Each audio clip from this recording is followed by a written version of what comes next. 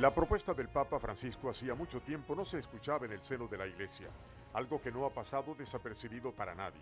Incluso, por estos días, muchos sacerdotes católicos han tenido que dar rodeos a la hora de responder a los periodistas sobre si respaldan o no las declaraciones del Sumo Pontífice en relación a la homosexualidad, el papel de la mujer en la Iglesia e incluso las cuentas del Vaticano. Demasiados cambios para una institución milenaria.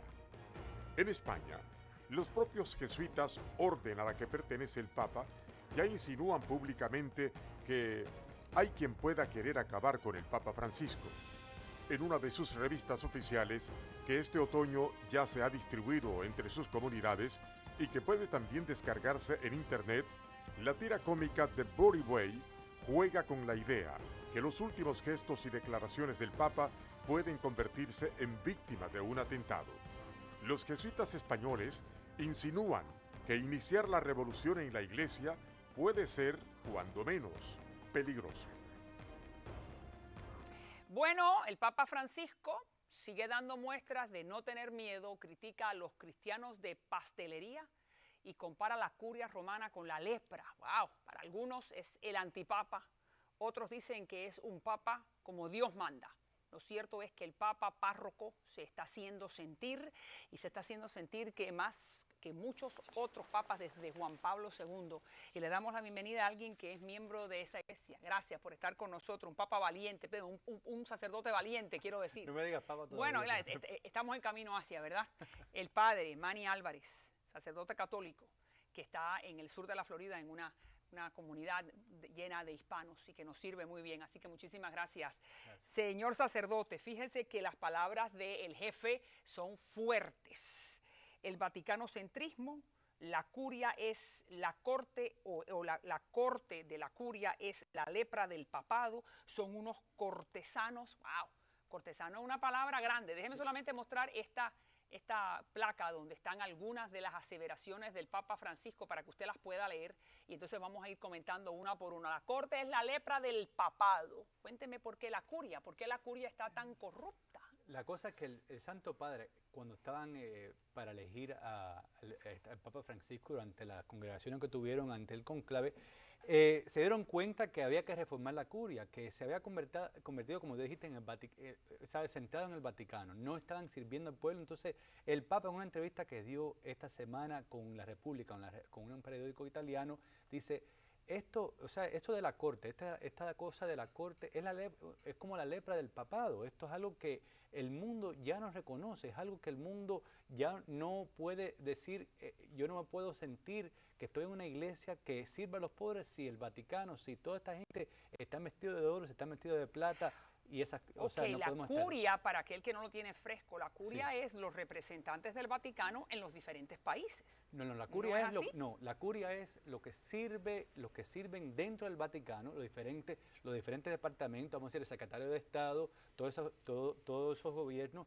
Esos son los que sirven al Santo Padre. Ahora, él lo que quiere es que no solamente sirvan al Vaticano, sino que sirvan al mundo entero y que den imagen de pobreza y de misión al mundo, para la iglesia. Pero cuando usted, claro, esos son los que están dentro de Italia, dentro del Vaticano. Y también hay curias en los diferentes países. Claro, nosotros tenemos curia, por ejemplo, aquí en el Arquidiócesis de Miami tenemos una curia que sirve al arzobispo, que sirve a todas las parroquias de la arquidiócesis. Yo fui miembro de ella, que trabajé en la curia por 3 años, pero eso sirviendo al pueblo de Miami. Pero no podemos quedarnos centrados solamente dentro del centro pastoral, dentro de la Cancillería. Tenemos que servir y salir al pueblo para servirlos a ellos. ¿Y por qué le pone una palabra tan fuerte como lepra? Claro. Como cortesanos. Porque la cosa es que uno puede mirar. Vamos a regresar a los tiempos renacentistas. Por ejemplo, hoy estaba en Assisi y San Francisco criticaba bastante ese nombre que tomó el Papa. Él criticaba bastante a este papado imperial, que muchas veces veíamos eso. Aunque el Papa Benedicto, hombre bien humilde, el Papa Juan Pablo II, hombre bien humilde, todos los papas del siglo XX, a veces, vamos a decir, las trapencias del Vaticano, todas las cosas, el arte, el oro, la gente critica esas cosas, aunque en sí mismo no son cosas malas, la gente a veces no podían identificarse con esa iglesia. Eso mismo es lo que está diciendo Francisco, y que es lo que estos está señores se han olvidado del pueblo y están dentro de lo que usted me dice, entonces, dentro del oro y el lujo. Claro, ahora toda la curia romana, el Santo Padre ha tomado 8 cardenales alrededor del mundo para poder ayudarlos en la reforma de esa curia para que ellos puedan servir a la iglesia entera. Ok, pero es muy interesante lo que usted está diciendo para que el público entienda de que es el grupo de los 8. El grupo de los 8. Es como que el The Gang of Eight. No, The Gang of Eight, no, como los políticos. Claro que entonces, sí. que donde hay un hindú, australiano, solo un italiano, hay estadounidenses, hay 2 cardenales latinoamericanos. Claro. Y entonces ahora son como él y sus apóstoles. Y Sí. este grupo de los 8, ¿qué es lo que él pretende que hagan? Que le traigan un documento y le digan, hay que hacer esto y esto y esto. Y eso es lo que dijo, antier dijo el portavoz del Vaticano, el padre Lombardi, dijo que ellos van a hacer una constitución, no va a hacer unas cosas, modificaciones, esto va a ser limpieza de toda orden. Wow. Ellos van a hacer una constitución totalmente nueva para decir, esto es como se va a desarrollar la curia romana. Dentro de ellos está, como dijiste, un latinoamericano, el cardenal Madariaga de Honduras, que va a venir en el 26 de octubre y viene aquí a Miami a hablarnos a nosotros. Es una persona formidable que dicen las malas lenguas quedó tercero en la votación. Las malas lenguas, que quedó tercero en la posición. En la votación, pero la cosa que es una persona formidable que representa muy bien a Latinoamérica y que está ayudando al Papa en esta reforma. Ellos están caminando con el Papa hoy en Assisi, viendo a los pobres, almorzando con los pobres. Eso es la imagen que quiere el Papa para la iglesia.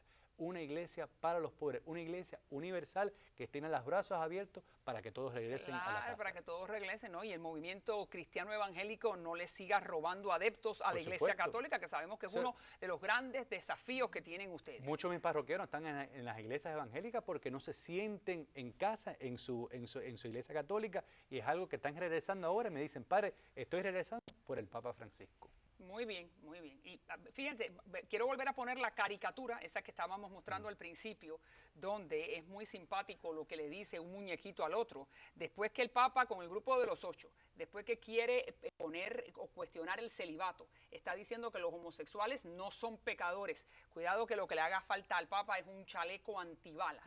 Y entonces esa es la gran pregunta. Ese grupo interno que no le conviene lo que este señor que acaba de llegar está haciendo. Bueno, ¿cuál es el peligro? El peligro, verdad, dentro de la curia, vamos a decir, los sacerdotes de Miami se reunieron hace 2 semanas dentro de aquí y como nosotros como comunidad no tenemos ningún problema con lo que está diciendo el Papa.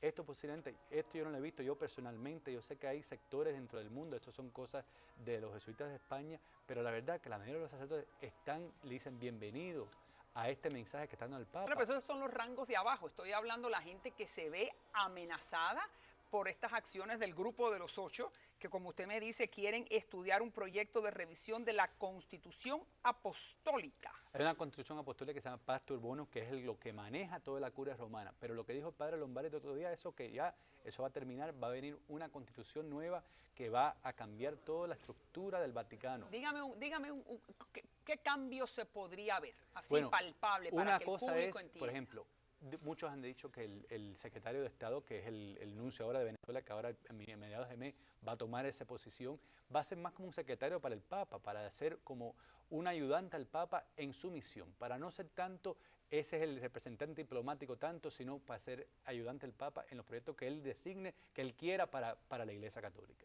Ok, ese es uno. Entonces Bertone, ¿no? Que en un momento era como el gran canciller, ¿no? Sí, el gran embajador del Vaticano. Bertone ahora sale el 15 de octubre, ahora viene el que es el nuncio de Venezuela ahora para poder ser el secretario de Estado. Y entonces ese fue el que dio las declaraciones sobre el celibato, que mucha gente dijeron, bueno, va a cambiar esto. No va a cambiar, es que es una cosa que están dialogando, que siempre, como no es dogma, se dice que siempre es algo que... Sí, es importante lo que usted está diciendo. Han dicho que la exigencia del celibato no es un dogma y se puede discutir porque es una tradición eclesiástica. Claro. Tradúzcame, ¿qué significa eso? No es nada nuevo lo que dijo el monseñor. Es una cosa que no es un dogma, no es una cosa que es una cosa no como no es la cosa como no es como la Eucaristía, nuestra fe en la Virgen María. Es una disciplina que nos ayuda a nosotros los sacerdotes a poder servir al pueblo mejor de Dios. Pero se podría cambiar.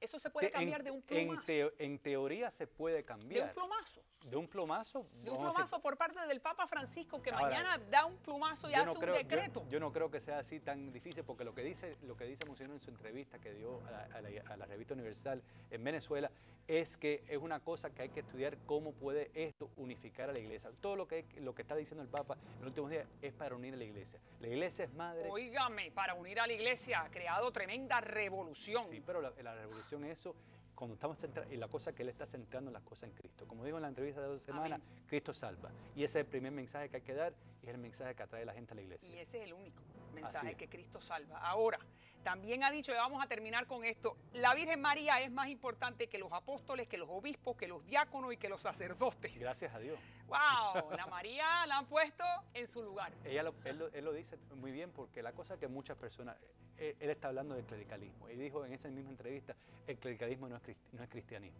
El clericalismo es una persona como yo, vamos a decir que yo me crea mejor que usted o mejor que la persona que me está viendo por televisión ahora. Claro que no.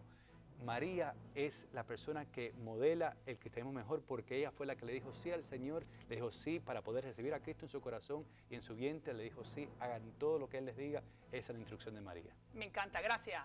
Siempre un gusto en tenerlo. Bueno, y los mejores augurios para el Papa Francisco. Y cuando regresemos vamos entonces a Venezuela y vamos a seguir conversando con el estratega político JJ Rendón, a quien el presidente de Venezuela ha calificado como el principal conspirador en contra de su gobierno. Ayer comencé la entrevista, hoy la continúo. No se vayan.